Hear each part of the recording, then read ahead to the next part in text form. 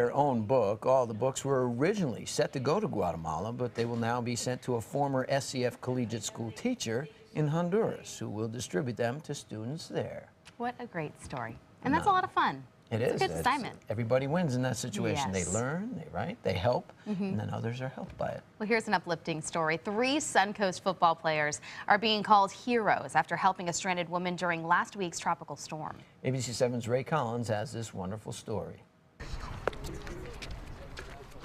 It's down to a matter of hours before Braden River's first home game Friday night, and the players are focused on football.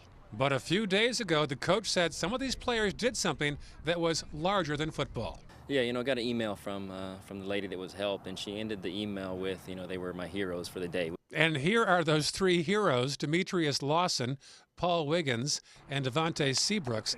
They were at Lawson's house on 3rd Street West in Bradenton during the storm when this side street began flooding. All this whole thing right here was flooded. Lawson showed us how high the water got on his waist. 2 women got stuck in their van. 2 of the boys began to spring into action, and the third caught cell phone video of the very end of their good deed when the water got lower. The driver says she thought she and her 87-year-old passenger were going to have to get out and swim. And nobody else was helping us, so it was like, why not just do a good deed and help her? The woman offered the boys $20 for their good deed, but the boys wouldn't take it. Like, she was, can barely talk to us because she was so emotional. Yeah. Why didn't you take the money?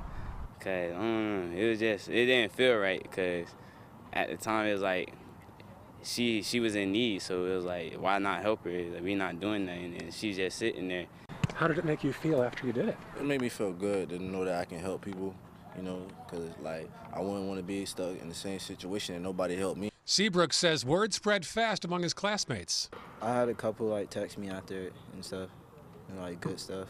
The coach says good deeds like this go a long way at this level. To kind of do those things outside of school, it's definitely shows some leadership and, kind of resonates throughout the program. The coach says the boys made the entire school proud. In the newsroom, Ray Collins, ABC 7, your Suncoast News. Thank you, Ray. It's such a great story, especially since, a lot of times we're talking about all the fighting and hassling that's going on social media with the football programs around the Suncoast, and to see this, to see such respectful young men. And she used the word heroes. They're my heroes. Yeah. Did you ever know that you're my hero? She's going to sing to them. They That wouldn't was take the money, but now she'll and she even serenade them. emailed them saying, I want to contribute to their football program because I'm just so impressed by what they did. think that's great. And it ended up their good deed is resonating with their whole team now. So it's really Heroes. cool. They're Really heroes. nice to see. Good job.